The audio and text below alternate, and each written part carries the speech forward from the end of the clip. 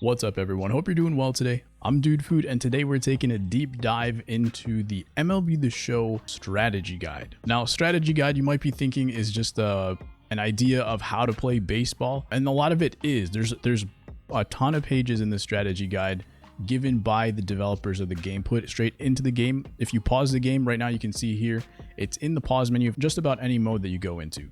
And basically what I'm going to try to do today is try to take anything that's relevant to what we see day to day, game to game, and stuff that you see people talking about all the time. I'm trying to get you some concrete information from the devs that's in the game. And I've got about 20 different points in here that I've written down. So let's get into it. And we're going to go into the strategies, and we're going to go into the strategy guide, and we'll go into the hitting one in a second, but I'm just going to let you know that we're going to go into hitting, pitching, and also other. I scoured all the way through these, and fielding and running, it's pretty basic stuff. But the hitting, pitching, and other have some pretty interesting things that we can talk about today. Now, before we get started, I want to let you know that a lot of this is stuff that it's going to be good for intermediate players. If you're a brand new player, there might be much more interesting stuff in here for you as well that can help you out, especially if you're kind of new to baseball, or just like you played for a while when you were young and didn't really watch as you grew up or something like that and trying to get back into it. There's a lot of good information in here. I'm specifically talking about things that we kind of see day to day that you may hear, big names in the community talking about, or myself talking about in streams and stuff like that. So this is where it's going to dive in and give you concrete information. I know very few people have looked through this handbook because I know a lot of people give theories. So there's going to be a lot of stuff in here. If you played the game for a long time, you're going to be like, oh yeah, that makes sense because that's a pattern that I've seen, but didn't realize it was something that the devs actually put in the game. So that's another thing that you can look out for in this video. And let's get started with number one. All right, so I'm going to be hiding my cam for the rest of this video, at least for when we're talking about these sections, so you can see it on the screen. And the first point we'll talk about is the last sentence of the second to last paragraph here. And then it says, there's an additional size adjustment for power, but is a visual aid only, and reflects the fact that power hitters can sometimes get a hit that would have been an out for a weaker hitter. I kind of noticed like the inverse of this with Nick Madrigal early in the year. He's got no power, and I would try to power swing. It's just something I've tried to do in previous years. Is if I have a contact hitter, I'll power swing with them just to get the most out of their bat and kind of like take a little bit of a hit on their contact and get a little bit more exit velo. But I noticed this year that when I power swung with Madrigal, his PCI was really small, and I really wasn't sure what was going on. And I think this has something to do with it. I don't know if you guys have come across the same thing throughout the year, but it actually made me stop using power swing as much on All-Star or with contact hitters, which is what I used to do like in BR or something in previous years. So I'm not really sure if this affects you on a day-to-day basis, but I wanted to throw that out there just because we talk a lot about the PCI and like good OKs and all this kind of stuff, which we're going to talk about later on in this video too. But I thought this would be interesting to throw out there just to see that like there is a difference between power and contact hitters within their PCI and beyond just what we see on the screen. So that sometimes even what we see with the PCI on the screen isn't necessarily what is going to dictate our results. So we're now on page 6, and some of the pages that I skipped have a lot of good information about hitting. So if you are brand new to the game, I would highly recommend checking out those pages that I skipped. But we're going to go into page 6 here and talk about the sentence that says, for a pull hitter, the attribute slightly increases the timing window for early swings and slightly decreases the timing window for late swings. So this is kind of noticeable in, let's take two hitters for example, the difference between the green zones for Jacoby Ellsbury and Fernando Tatis Jr. If you watched my videos from last year, you know I talked a little bit about the deep green zone, and this is kind of an explanation of where it shows up in game as designed by SDS. But last year I brought this up as a possibility of being something like a whole field hitter simulation, and this is kind of our evidence, our proof that that's exactly what the situation was, right? So for Jacoby Ellsbury, you can see balls way out in front of the plate in the green zone going to center field, while Tatis can actually hit a ball behind the front of the plate on the border between early yellow and green and pull it foul. So when you look at your swing replay, the physics of it doesn't necessarily make sense. It looks like it's going on the opposite direction, and you're kind of wondering what's going on. So that's what's happening there in those situations, is that they're simulating a certain type of hitter, and because of that, the ball goes in a little bit of a different direction that you might expect. So this exaggerated interpretation of hitting tendencies can make some hitters better than others, since you have more or less time to react based on where the green zone is. Ellsbury somewhat avoids being bad because he has a quick swing to compensate, and Tatis is somebody who plays well above his attributes, in part because you have so much more time to react with this timing window that he gets a lot better results. Another great example of this is Frank Thomas from last year. If you go back and look at Frank Thomas's green zone from last year, this is exactly what would happen. So this really helps people that are a little bit later on fastball. So it's a little bit exaggerated. I would like to see them tone it down a little bit for future years. The physics of it don't really make sense, and they're kind of simulating something that doesn't need to be simulated in an online environment, but it's not the biggest deal in the world. It just makes some swings a little bit better than others when they don't necessarily need to be. And now in the very next sentence, note that regardless of the batter, the main advantage of swinging early is power, while the main advantage of swinging late is contact, including the extra time to judge and aim the ball. So early in the sentence, it seems like they're talking a little bit more about the engine, because when you're talking about power, it has to kind of say like, okay, we're going to give you a little bit more exit velo on an early swing. Second part of this sentence is interesting because, you know, if the first part is talking about the engine, then the second part should be talking about the engine too. But then in parentheses, it says including the extra time to judge and aim at the ball, which is purely a human reaction input type of thing. So I think it's talking about both. I think they're going to give you a little less power. Obviously, they're taking away some power when you're swinging a little bit later. But I don't know if they're trying to say that they also boost your contact or kind of give you your maximum, like if you're a 100 contact hitter, they're going to give you like the best chance of getting good contact on a later swing. And I don't know if they mean like yellow late or like just on the late side of perfect. So I got a couple points to go with that right there. So number one, something simple is that early good home runs, like when you see an early swing that's also good in the hitter feedback, those are intentional. Those are considered good swings by the hitting engine. That's part of the game. And that's a pretty realistic interpretation. Like if you're earlier on the ball, as long as you have the correct launch angle and everything like that, an early swing in real life is just going to net you more power. So I don't think that's likely to ever be changed. And I think, I know a lot of people get a little frustrated with an early good feedback or something like that that goes for a home run. It's kind of just a product of the feedback rather than actually being a bad swing. The input was good. The feedback shows up a certain way and the engine believes it to be a good swing. So some of these feedbacks, I think we have to kind of recalibrate what we believe to be good inputs. And I'll talk a little bit later about some things that definitely need to be changed, but I think this is one that we'll have to concede. I know this was a problem for a lot of people feeling frustrated with something like this in previous years. I don't know if the thought on this has changed. Maybe people have already accepted that early good is actually a realistic feedback for a home run, but regardless, it's unlikely to be changed in the future. Okay, so the second part of this, talking about late swings and contact, is my issue with good OKs this year. I know we've had this big problem throughout the year. I think when they added the new feedback system, it was hard to see what was a good OK, but usually the good OKs you'll see happen late on the later side of the perfect line for your timing window. So I think the feedback system has actually kind of retrained us to think about our swings a little bit differently. But I still have a little bit of an issue with it.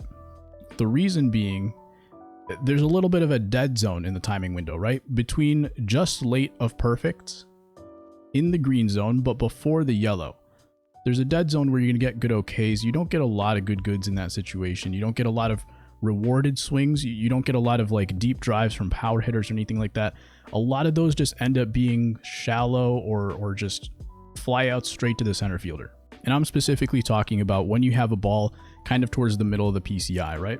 I'm not talking about something on the edge of the PCI, bad placement or anything like that. I'm talking about a good PCI placement and you get a good OK in the middle of the zone. Now, this could just be a product of like an actual swing path. Maybe, you know, you're slightly chopping down at the ball on the approach to the baseball and then you're lifting your bat towards the end. I don't know what the perfect timing is in all situations. But if a ball is in the middle of the zone, then your bat's going to be, depending on the hitter, you should have a little bit more of a line drive region.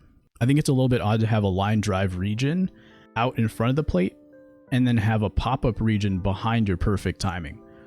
I think it should be a little bit the other way. I'm a little bit spitballing here, thinking out loud a little bit. But if you're earlier on the ball, that means you're already getting to the upswing. And the more you catch it out in front, the more your swing is going to be elevated a little bit. Your launch angle is going to be going up a little bit. So it would be weird for me to see a perfect line drive up the middle be ahead of something that would be more of either swinging down on the ball a little bit or having a nice line drive just level across the plate. For that region I was talking about, just past the perfect line and getting into the late yellow swing, that green zone in there, I feel like it should be more of a soft line drive region rather than a shallow flyout region. I think that would really help the game in getting some more good inputs resulting in good outputs, because I think that's just a dead region. I think it's really hard to hit in that spot, even though it is still good. Just because it's late of perfect doesn't mean it's bad. It's still good. So I think we should get some more line drives in that situation and kind of retool. Maybe the late swings need to be higher pop-ups that get caught a little bit more. I think if you're gonna get bloop hits or something like that, or soft liners, they need to be in that region rather than like the late or very late, because those are just bad swings. Those are swings where the pitcher beat you. These ones aren't perfect swings, but they are good swings. So I think if you can kind of flip the outputs, if you can kind of flip the fact that you get rewarded a lot for those bloopers and not rewarded much for these swings, if you can flip that around, I think you'll have a much more consistent hitting engine. Okay, so there's two main things that I want to talk about in this video. That was one of them. That was one of the big things that I want to talk about. There's going to be one more coming up later. A lot of the stuff in between is going to be a little bit quicker, not as important, but stuff that I want to touch on that maybe you haven't seen as part of the game engine. We're going to go down a little bit here and we're going to see plate vision is important in reducing misses and avoiding strikeouts. Briefly, I just want to say this year, vision only helps you in protecting your bad swings, right? In previous years, it also seemed to affect your contact quality because the PCI was a mesh of contact and vision. This year, they have the inner circle, which is contact, outer circle, which is vision. And this year, I have never chosen or avoided a card based off of vision, which I would do in previous years. Last year, in 18, 19, whatever, you would need a significant amount of vision to use certain players at certain levels. I think there's still a lot of people this year who value this attribute. And while it does have some value, be sure you know how much value it has and what it is or isn't adding to a player. It's not as important as it was in the past. I just want to bring that up because I still see a lot of people valuing plate vision. Like if they see someone with 50 vision, they're just like, nah, I can't use that card. And I think this year, it's only important if you feel like you're trying to stay alive in at-bats and you're not really on the offensive. It can be different for different difficulties, but for me, I'm really just looking at guys with decent enough contact, which I'll talk about later, the exact attributes that I look for. But I want to make sure my guy can square up the baseball. I don't really care about fouling off pitches too much, because if I miss, I'm going to miss anyway. Usually if I'm going to completely miss a baseball, I'm missing it regardless of what their attributes are. I'm either just way out in front, way too late, PCI is way off of it, and rarely does it miss by just enough that a little bit more vision would have helped me out, if that makes sense. Now, as I'm going through, make sure you guys let me know if I'm missing anything important in this handbook, anything that you think is something that people talk about but don't really know if it's real or not. Let me know in the comments. If there's anything else interesting, if you're new to the game or would like me to go over anything from the rest of this handbook, make sure you let me know in the comments so I can address it, or so that someone else can help you out as well. Now, the very first line here, when you're playing against a CPU, the pitcher looks for unusual patterns to exploit. And in the last sentence, it says these rules are scaled down on the lower difficulties and in general are similar tactics to what a human opponent would try. So basically, they're just trying to see what you're doing. If you're really early on fastballs or you're missing the breaking ball or something like that, they will try to beat you with whatever pattern you're going with. So on the next page, it says that in the third paragraph, rookie and veteran difficulty have specific bonuses that don't have a counterpart in Hall of Fame or Legend. So there's certain things in rookie and veteran that are even easier that don't make Hall of Fame or Legend harder. They're just easier at the lower levels. And in the last sentence of that paragraph, at All-Star, the CPU always tries its best to win and generally doesn't know whether its opponent is human or CPU. So on rookie and veteran, basically they're just saying they're kind of just doing the same thing over and over again and not really adjusting to what you're doing. But on All-Star, Hall of Fame, Legend, they're trying to adjust to what you're doing, trying to play it like a real baseball game. So that's kind of cool. I know a lot of showdowns and stuff like that have been switched from All-Star to Veteran, and a lot of moments are on Veteran as well. So that kind of makes a little bit of difference. Maybe trying to figure out like how to game plan for something like that.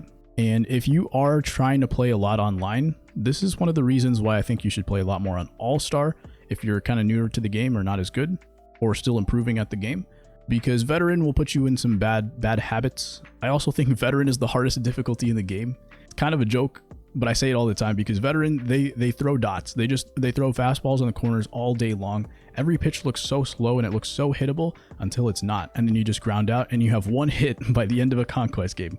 So veteran is the hardest difficulty for that reason, but at the same time, they don't really do anything new. They just kind of throw the same pitch over and over and over again. So I would recommend playing on All-Star so you can kind of get a feel of like patterns and stuff like that, which slightly translate online. Of course, online and offline are so vastly different, but veteran is even more so that I would just avoid it. If you can play what you can play on All-Star, try to get in a little bit of that flow. They give you some numbers on this page. So they give you exact numbers for the range of difficulties, speed, PCIs, timing windows, and accuracy. I won't get into too much of what this means. Other than that, it just kind of gives you how much it scales. And I don't know if this is just going based off of like All-Star is the middle and then everything goes up and down from there. I believe that's what they're saying here, but in case anybody was wondering how much it changes, that's exactly how much it changes. Okay, now we're on the same page, and I did mention that there were two main things that I wanted to talk about. This is the second one right here. So this is the juicy part that I like, that really drove me to want to make this video in the first place, because it talks about some numbers that I had thought about in the past, like years and years ago, and I just kind of liked certain types of hitters, and it's really interesting to finally see that as something that's in the game. And I'm sure this handbook's been in the game for a while, but I've just never looked at it, so it's interesting to see. So this paragraph that starts with batters with much higher contact ability than power, ... all the way through the bottom, this is really interesting to read. I won't read it to you, but I kind of want to just touch on this next paragraph here, which gives you the attribute examples, which is really interesting, right? So 99 power hitter will hit more line drives and home runs than a 60-60. Obviously, that makes sense. 90-60 will hit more line drives, but fewer home runs. And now a 60 contact 99 power hitter will hit even fewer line drives, but will hit every hit type slightly harder than even the 99 contact 99 power hitter. And that's in order to compensate for his fewer balls in play. So this is huge. I remember specifically online franchise in MLB, I think 16 or 17, I had Lucas Duda, who had 60 contact and 90 power against righties. And that guy just crushed everything for me. I was like, what is going on here? I couldn't believe how well that card did. And I wasn't very good at the game. Like I was playing very casually at the time. So I had no idea what was going on, why he was so much better for me than every other card. It felt like anytime I put the bat on the ball, it would just fly. And this is the reason why. They've given a little bit of a boost to the hitters that don't have as much contact. So it's harder to get the ball in the PCI. It's going to be harder to square up the ball, but he's going to get rewarded for it more.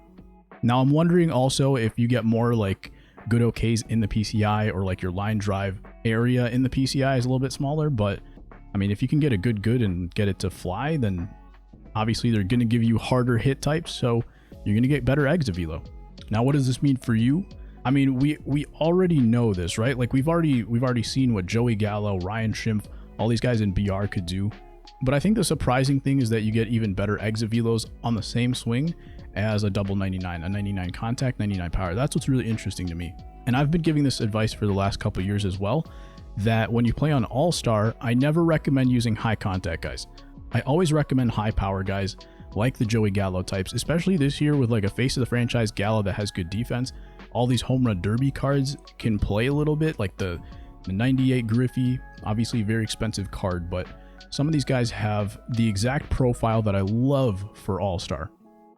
Because your PCI is already massive, and sometimes it feels like you get dead swings with these high contact, high power guys. Like if you're throwing, let's say even Mickey Mantle or especially dudes that like have 100 contact, 90 power, they end up getting a lot of dead swings on All-Star. So this is why I always recommend the power guys. They always get more rewarded. The PCIs are going to be big enough as long as you feel comfortable with it. I kind of recommend 60 to 80 contact on All-Star. Even less is fine too. 80 to 100 contact on Hall of Fame, 100 plus on Legend, just because your PCIs are going to be a little bit smaller. And this of course scales to however comfortable you feel. But I always try to go with more and more power whenever possible. I just think in the last couple of years, I've seen a lot of situations where I would run into more lineouts and softer outs on good swings, on lower difficulties if your contact rating is too high. There are a lot of cards that were good for me on Hall of Fame that were bad for me on All-Star because of this reason. So try it out. Grab a couple of those home run derby cards, see what you can do with them on All-Star, specifically in ranked, right? On BR, anybody can play, anybody can hit on BR, but in the ranked specifically, you're going to go against good pitchers who have good per nines, which we'll talk about in a second. And those will kind of affect how well you guys are hitting. So try this out, see what happens. We're going to go back now into the pitching. And on the second page at the bottom, it talks about confidence. Confidence is a factor, blah, blah, blah. And basically it's saying it's only used to counteract low stamina in a game. And I'm not sure if I believe this because I see some wacky inputs resulting in good hits consistently when a pitcher has low confidence but throws a good pitch. It should only really affect control if anything, and in my opinion it shouldn't really be in the game since the human player element of pressure should organically produce this in the game, right? So if you have bases loaded, you're going to feel less confident. You're going to feel that while you're sitting there in your gaming chair with your controller, and it's going to result in maybe a little bit of nerves for yourself and making bad pitches. So I don't think that needs to be in the game. I think that can be translated by the pressure of the situation itself. And I think something like the big yellow bar could be a little bit more granular, maybe increase a little bit over time based on individual pitch confidence, but I'm not even sure that needs to be in the game. So just a little bit of a note on that. We're going to go over to page 5. It says right here, the individual pitch command, and it's a composite of the pitcher's control and movement, and it tends to correlate with how often that pitch is thrown, which is interesting. I'm not sure what it means exactly about the movement itself. I believe it's saying that it will increase the break on a pitch if you have a little bit higher confidence in it. I'm not positive, but it might be also if you have a higher movement or break rating on a certain pitch, it increases your pitch command a little bit quicker, something like that. I think it's probably the first one, but I think there's a couple of interpretations for that. Now on page 6, this is really interesting too. Lots and lots of numbers on here, specifically talking about pitcher energy, specifically where it says the effect from 100% to 25% is very small and rarely matters.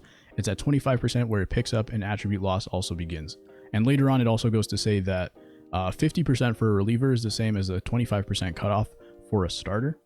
So once you have half of your energy left as a reliever, you're going to start rapidly decreasing your ability to pitch.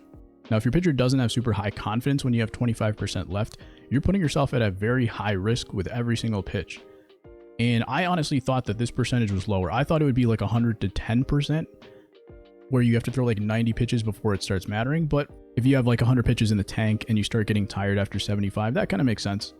That's usually something I used to go for back when it actually mattered if you got the starter out of the game. Now it's a little bit different with starters coming out of the pen, but it is interesting to see these numbers and you see exactly how much it falls off. So there is a decrease from 100 to 25%, which is a quarter of a step, it says. So you are decreasing over time, but not anything crazy, probably not very noticeable.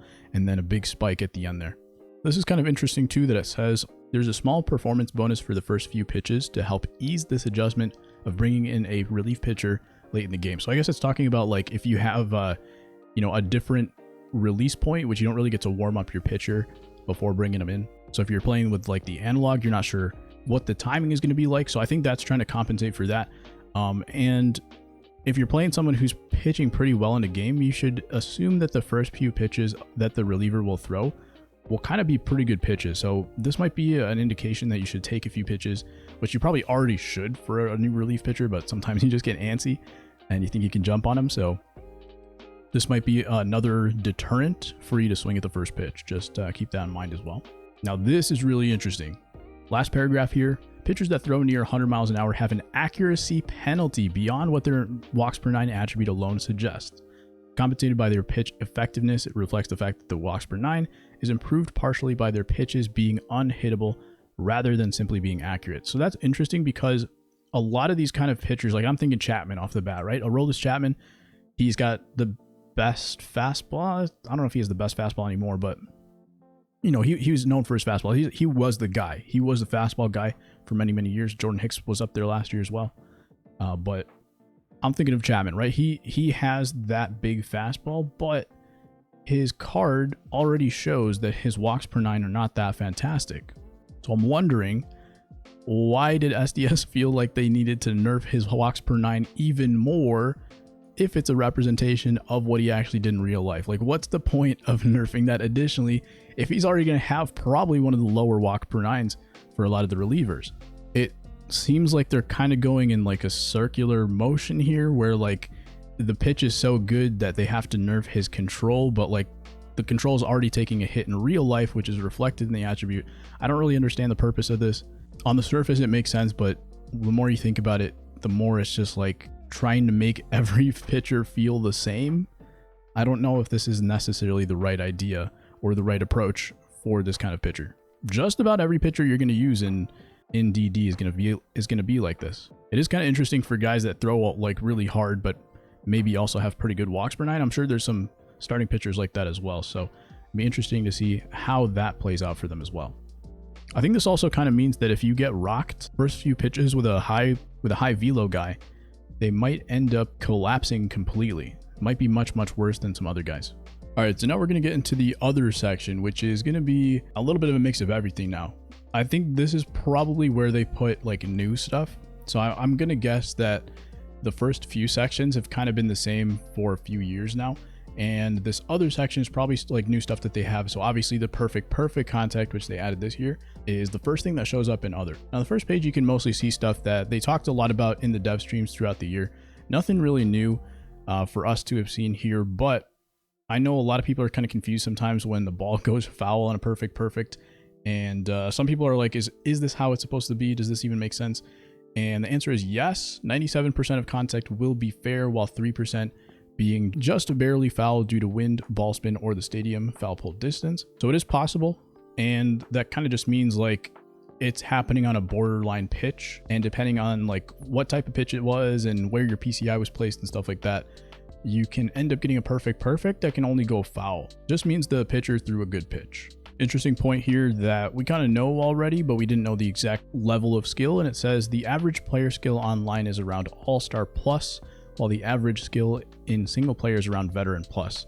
And whenever it says plus, it means basically halfway in between the two difficulties. So All-Star Plus is between All-Star and Hall of Fame, like right in between there, and kind of averaging out around the middle. And then Veteran Plus would be in between Veteran and All-Star. This is just a little bit of an explanation for people that maybe don't know that Diamond Dynasty is tuned differently from the rest of the game, which most people do, especially if you played the game a lot, but you may not know exactly where people stand in terms of skill. Now this is a big thing for what we see. I've seen a lot of people talking about check swings on Twitter recently, and on the last part of the last sentence here, being able to check swing more freely is more fun and is necessary for the average user learning all the game mechanics. So a couple things to point out here that they do mention, it's necessary for the average user who's learning the game mechanics, right? That's the last part.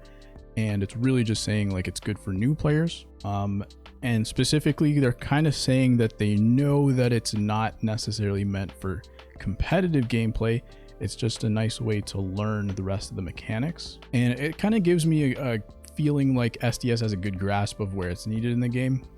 But honestly, I don't know if I can count on it being tuned properly for future years, even though they know what needs to be fixed. Like they know that it needs to be fixed, but it's been an issue for a while now. And hopefully this shows that they will eventually work on it. I just don't know when it will be, but it is kind of interesting to see them say specifically for learning the game mechanics. I would very much expect to see something where it'll be similar to what they did for pure analog, where they nerfed the ability to spam pitches, right? So if it's not your primary pitch, if you throw your triangle pitch over and over, it's going to hang much more often. They added that to the game a couple years ago. I think that definitely needs tuning as well, but I think that could be a solution for this right here, where if you check swing more throughout a game, it's going to be less and less useful as the game goes on. So if you check swing and you get like 5 calls in your favor in a row, the percentage is going to go down as the game goes on, even if your guys have good discipline ratings. Now there's a few things here about quick counts which I wanted to mention, because they have done a few events in Diamond Dynasty that include quick counts.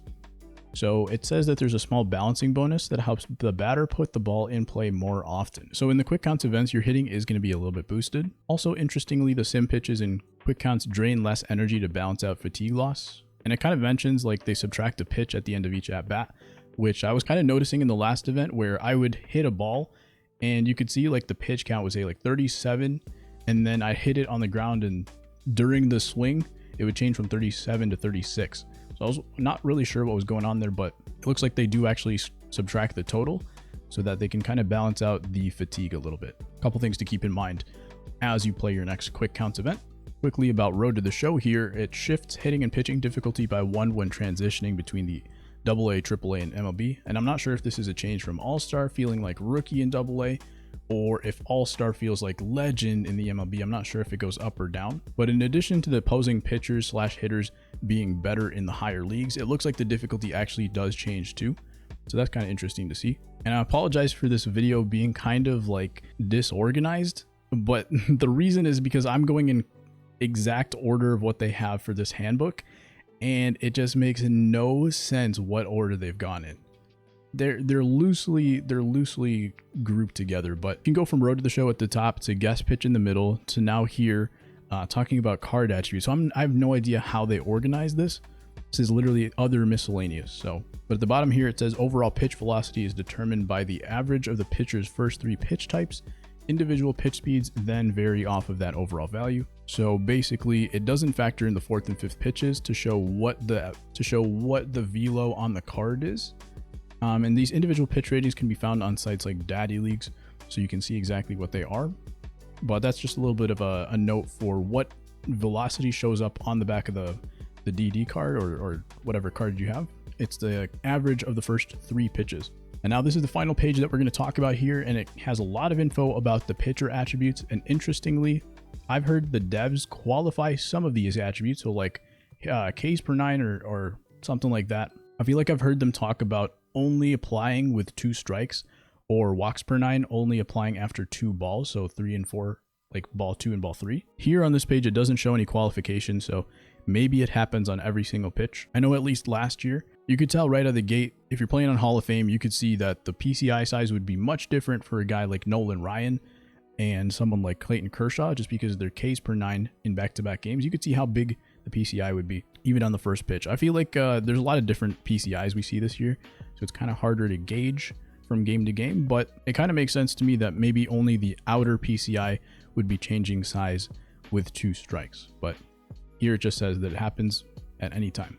And the final thing that I want to talk about here is the speed / fielding. So in speed, it says that it's a factor in the fielder's running speed when fielding in conjunction with his fielding ability. And then in fielding ability, it also says that your high fielding ability can influence fielder run speed. So I want to know if 80 speed, 80 fielding has the same speed on defense as someone who has 90 speed, 70 fielding, or 90 fielding, 70 speed. Because that kind of makes me wonder, like, is Cal Ripken worth having at shortstop over someone like Fernando Tatis, who's a gold? He's like 80, and I think Cal Ripken would be like 90 something and 60 something. So I want to know if they would be comparable in the amount of ground they can cover, because that does matter a lot to me. I always try to put a little bit more speed at shortstop, and I wonder if it's not as important as just having that fielding and just being good to go with that. So that was a lot of stuff that we came across in the handbook, in the strategy guide, and it should be a lot of new things for you, kind of seen in practice but didn't know actually existed with some form of evidence within the game. Kind of seeing exactly what you should be paying attention to according to what the devs have said are a part of the game, and maybe dispelling some rumors as well. I've been waiting a long time to do this video, and I finally got a chance to take some pretty in-depth notes and see what I thought was the most different from what we might have thought. Again, there's so much stuff in here. If you're a brand new player, make sure you go through this for yourself, because there's a lot of good stuff that can get you better at the game much quicker. Maybe learn a lot of the little things. There's a lot of stuff in here, so it could get a little overwhelming, but take it one day at a time and learn a little bit. And so this video is going to be very long, but that's okay, because we're going to do about 1 video a week right now. It's kind of what the situation is, and a lot of the videos here will be like the relaxing ranked, the bedtime baseball stuff.